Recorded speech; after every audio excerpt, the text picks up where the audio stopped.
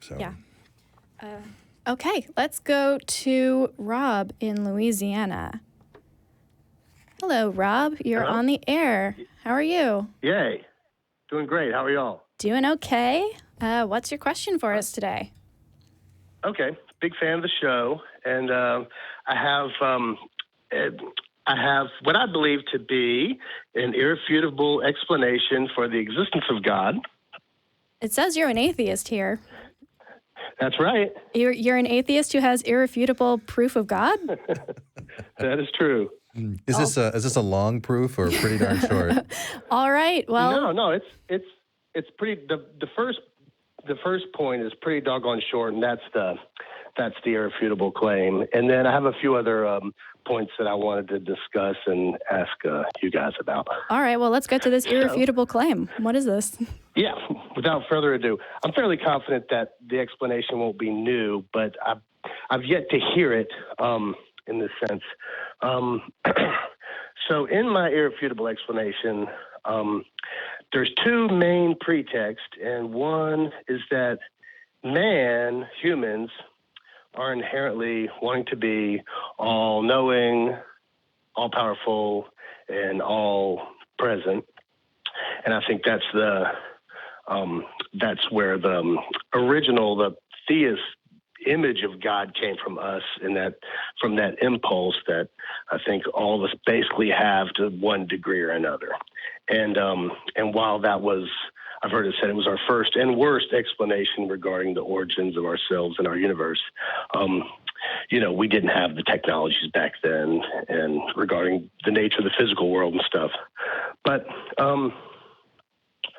I do think that this approach might prove to be effective in a way of reaching people, kind of giving them a chance to update their definition of God while not putting it to them that they have to abandon their moral beliefs or their values of being a human. I think it kind of removes the toxic morality that comes along with theism. But So are you suggesting that because we created God in our own image, that therefore we are the gods? Is that what you're suggesting? I'm suggesting that God is an invention of man, but even further. So the irrefutable evidence of God is that we created him. Well, in a sense, that's the simplicity of it. That is, it's a semantical thing, but there's a few You've convinced me. Very semantical. My concern with this, because I think you said you had two pretexts. Did we get both of them, or are we still on the first one? Yes, that God, humans want to God being all present, all potent, and all encompassing. As I think we can kind of see with the way the technologies have developed, they've given us the ability to know everything, to be everywhere, to be all powerful. That seems to be the gist of where we've been coming from in our technological advances. Well, I would amend this slightly. I see where you're coming from. The concept of the all-knowing, all-present, all-powerful God was kind of inspired by Greek philosophers, and when Christianity merged with Greco-Roman culture, they kind of spawned this version of God. So I would amend that to say, not all humans, because up until this concept, that wasn't necessarily any version of God. So I wouldn't say that this is a trait common to all of humanity. I feel like that's overreaching a little bit. And we just want to make sure that this argument is as tight and reasonable as possible. Does that make sense? It is. And I think that our understanding of our inventions has an evolutionary process. So while we might not have had, while we were stomping around in caves and stuff, we might not have had the philosophy and theology of it all etched into the stone. But we definitely did have that huge superstition that was dictating all of our fears and our emotions that eventually wound up leading us to this explanation. And I think that this point, I think we should be like leading ourselves out of that explanation in a natural way. So in essence, this explanation is seeking not to exclude anyone unless those who are purposefully wanting to be excluded. I think you'll like this analogy. If you're on the highway and someone's lost, you don't come over to them and start yelling at them about being lost. Mm-hmm. You give them kind directions on how to get back on the road and find their way. So if that is at least a suitable analogy. Okay, so you're saying. Let me just see if I can summarize this. Let me say one more thing to that point, if I can. All right, go for it. Okay. I think it gives people a chance to update their definition of what God is, because I think one of the hardest things for theists, at least like fence-straddling theists, are those who are put to a certain point where at the moment they're put to the point they don't have the facilities to articulate how they feel, so they will side with the thing that's the safest. So in a human way, I think it's an explanation that doesn't necessarily exclude anyone. It just puts the question to each individual person that we all, on some level, have these traits that were the inspiration for us manifesting this fairy tale. But I think forcing people to abandon that, I think. So my concern here is, well, first, I agree with you on many of your statements. Like, yeah, don't start yelling at somebody that they're wrong. That's not going to help most of the time. You know, you got to interact and have a dialogue and hear where they're coming from. And also, yeah, I agree that most of what we've talked about in terms of God comes from our own consciousness and what we are and what we expect a holy, higher than thou figure to be. My question, though, is why I don't see how this would work any better than any other argument for the non-existence of God necessarily. I understand it's a nice, gentle way to ease people in, but redefining God to mean something else, it doesn't necessarily work. Because no Christian's going to be like, oh yeah, that's clearly the definition of God. You've changed my mind. Not true. Not true. It's worked. It's worked for me. Yes, it's allowed Christians a moment to be silent and to think about it. And typically where they go in their heads is the same place everyone that walks this earth has that ability to reason themselves out of, irrational beliefs. I'm just curious how you know what's going on in all these theists' heads. That seems like I'm not saying all of them. I'm saying it's been effective. Not okay. So in your experience, you've used this argument and it's been effective with theists that you've talked to?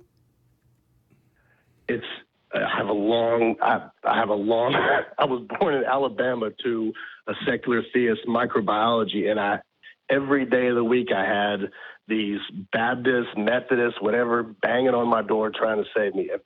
So you never been a Christian then? You were never a theist? I have been I've been a non-believer in that sense since I can remember. It never jived with me. All right. I think we may have hit on the little bit of a disconnect that we're having here, because generally what we like to do on this show is to make sure we're not speaking for people whose experience we haven't had necessarily. You might notice on the last call we were kind of hesitant to give any very concrete suggestions because we were talking about somebody who was Muslim, and we don't have that experience. So I think it would be interesting to do a little bit of, I don't know, I feel like I'm hesitant to take your word for what is going on in theist heads when they hear your definition if you have not been a theist and been exposed to this as a theist. Does that make sense? Purely on my dialogue with theists and listening. Okay. I mean, I went to church with my mom until I was like 12 because she made us, but it was, I asked the priest one day when I was like 7 if hell existed, and he like looked at me really sternly and was like nodding, and I was just shaking my head at him. It was just like nothing ever. So, I get what you're saying about don't like necessarily make preconceived notions, and I'm not. Okay. I'm just merely saying that because God is an invention of man, God might be invention. So anything immaterial, the car, the airplane, the internet, all these things come from the impulse to be all-powerful, all-knowing, all-encompassing. And the more we peel back these layers based on our knowledge of what the physical world is, like we now know that the sun doesn't revolve around the earth, so we peeled back that layer. We now know for the past 70 years, genetic biology has been the most funded and most successful form of science. So we know that, the creation thing is this and that and this. So my concern is that you have to come to the table, and you have to come to the table with a reasonable explanation so people who have, no matter how anemic their powers of reason are, can hear what you're saying. It's a lot like when somebody calls in and says, "Oh, I got one for you," like they're trying to stump you. Well, you've peeled back a lot of their layers. So what I hear you with this last.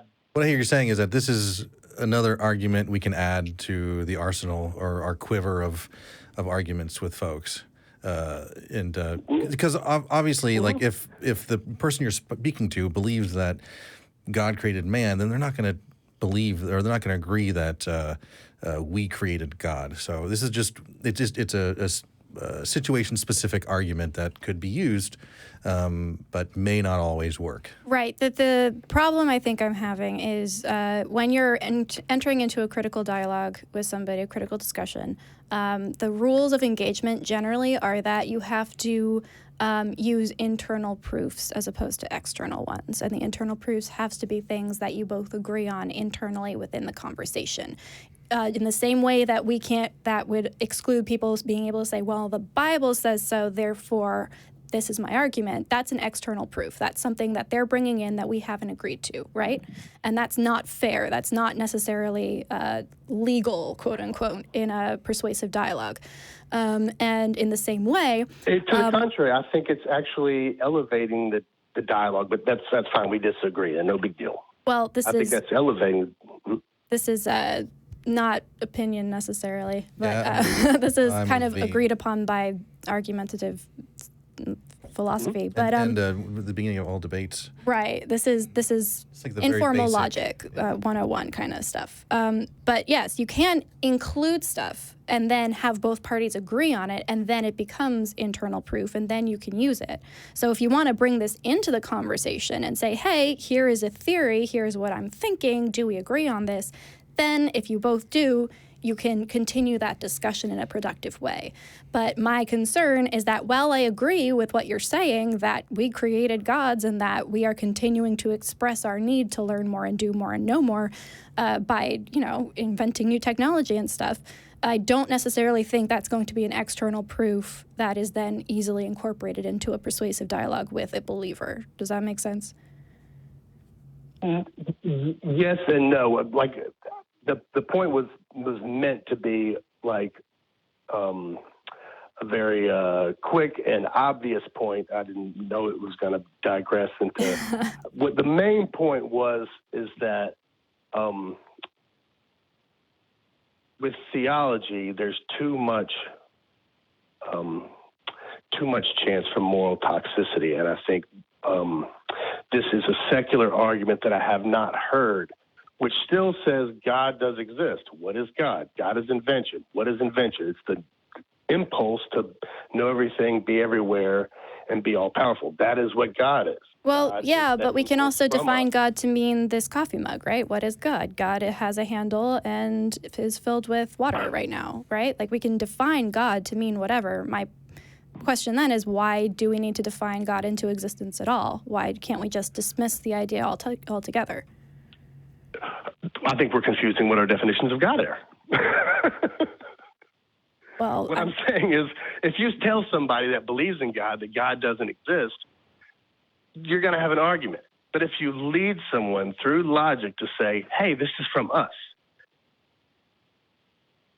you can point all the obvious facts. This is what has worked for me to theological people that has stumped them, which has allowed them to be quiet, which has allowed them to reflect.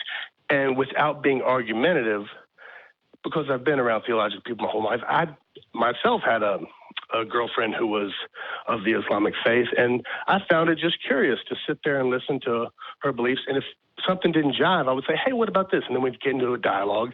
And then Hey, Socratic method, I'm all for it. There's I think in the days of Hitchens, it was exciting because atheists were like, yeah, get him, and now it's like. So your issue is less with the that's not how it's specific gonna work. argument and more with the approach to how we're talking to theists. Absolutely. Okay, well, I agree. I think that Christopher Hitchens, I think it's 8th anniversary of his death today, actually. I love him, but he's a pit bull. There are times for pit bulls, right? And there are times for that approach, and there are times for a more compassionate and interactive method of discussing the truth. I think we're in agreement there. Rob, it's been a couple minutes, so I'm going to let you go. But please, if you want to talk more about this, feel free to call back next week, okay? In signing off, I haven't noticed you guys seeking the enjoyment of beating up verbally people who or disagree with you, and I appreciate that because I believe that is going to help elevate the discourse to a better place. Well, thank you, Rob. I appreciate that. Don't mind. I enjoy that. Yeah, for sure. I love these kinds of conversations. And I also love beating people up verbally. Yeah. Again, everything has its place. To everything a Some people season. are gluttons for punishment. Yep. Okay. Well, thank you very much, Thank Rob. you, Rob. Have a great day. You too. Bye.